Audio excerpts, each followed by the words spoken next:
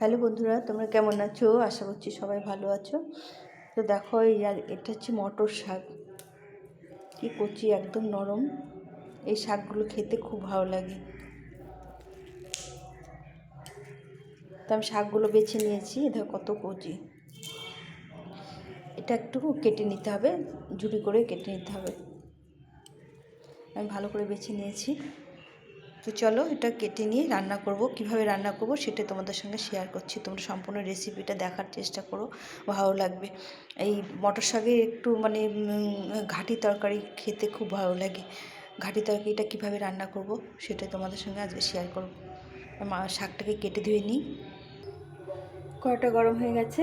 আমি সর্ষের তেলে শাকটা রান্না করব। প্রথমে তেল দিয়ে নেবো পরিমাণ মতো। তেলটা গরম হয়ে গেছে, আমি কিছুটা বড়ি ভেজে নেব। এটা হচ্ছে কলাইয়ের ডালের বড়ি। বড়িগুলো একটু লাল লাল করে ভেজে উঠিয়ে নেব। বড়িগুলো ভাজা হয়ে গেছে, উঠিয়ে নেব। ভালো করে লাল লাল করে ভেজে নিতে হবে। আর একটু তেল দিয়ে নেব। বড়িটা ভাজলাম। এর মধ্যে আমি একটা শুকনো লঙ্কা ফাটিয়ে দিলাম আর কিছুটা পরিমাণে 5 ফোড়ন দিয়ে দিলাম। নিরামিষ যে কোনো সবজির মধ্যে 5 ফোড়নটা খুব ভালো লাগে খেতে। এখন আমি দিয়ে দেবো 2টো তেজপাতা।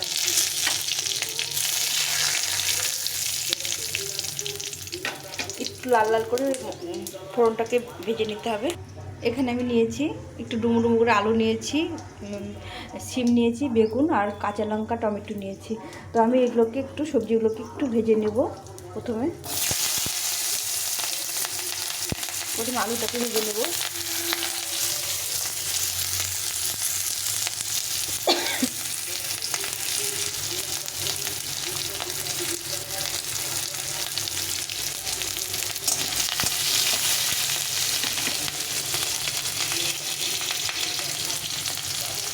এখন আমি বেগুনগুলো দিয়ে দেবো।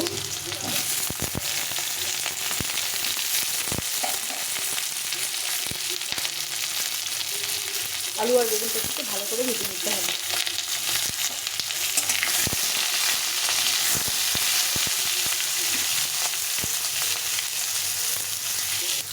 এখন আমি সিমটা দিয়ে দেবো। সিমটাও একটু ভেজে নেব।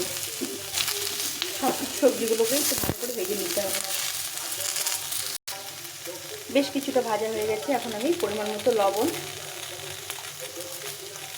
আর হলুদ গুঁড়ো দিয়ে দেবো। দিয়ে এটাকে আরেকবার একটু ভালো করে ভেজে নিতে হবে।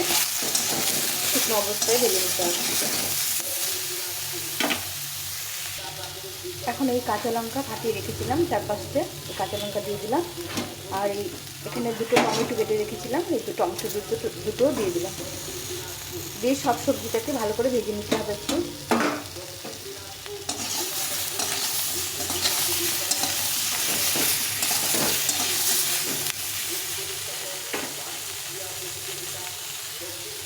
সবজিটাকে ভালো করে ভেজে নিয়েছি।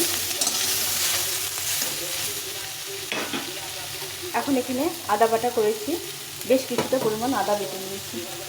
এই আদাটা একটু জলে গুলে একটু দিয়ে দিই। এই শাকে আদা বাটাটা বেশ ভালো লাগে। দিয়ে একটু ভালো করে কষে নিতে হবে।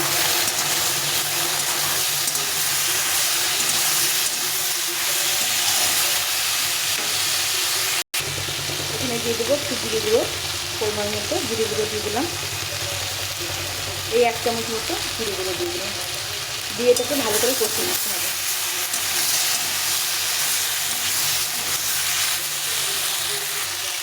সবজিটা একটু কষা কষা হয়ে গেছে, ভেজে নিয়েছি।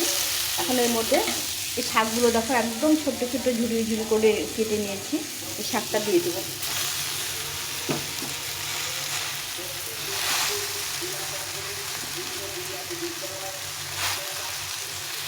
এখন এটাকে একটু নেড়ে চেড়ে ঢাকা দিয়ে একটু সেদ্ধ করে নিতে হবে। মটর শাক একটু সেদ্ধ করে না নিলে শক্ত শক্ত থাকে, ভালো করে একটু সেদ্ধ করে নিতে হবে।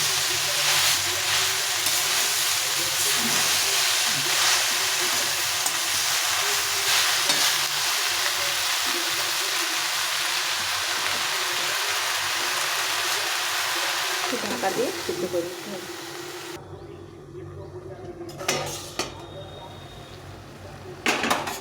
শাকটা সেদ্ধ হয়ে গেছে সবজির সঙ্গে, জল বেরিয়ে শাকের জল বেরিয়ে সবজিগুলো সেদ্ধ হয়ে গেছে। এটাকে এখন ভালো করে নেড়ে চেড়ে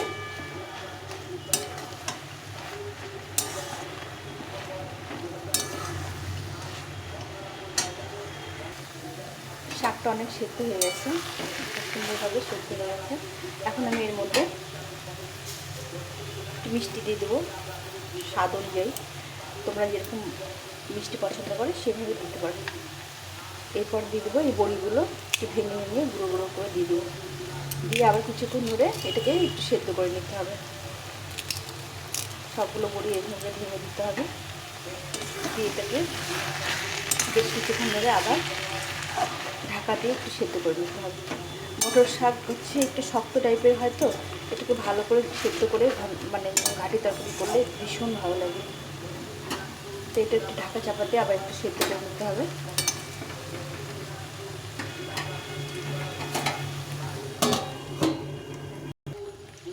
শাকটা হয়ে গেছে, এটা গরম ভাতে খেতে ভীষণ ভালো লাগে। এটা এখন নামিয়ে নিই।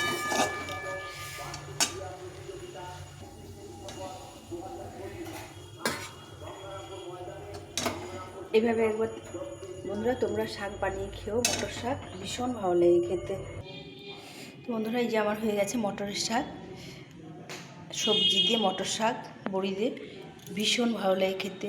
গরম ভাতে এরকম শাক হলে আর কিছু প্রয়োজন হয় না।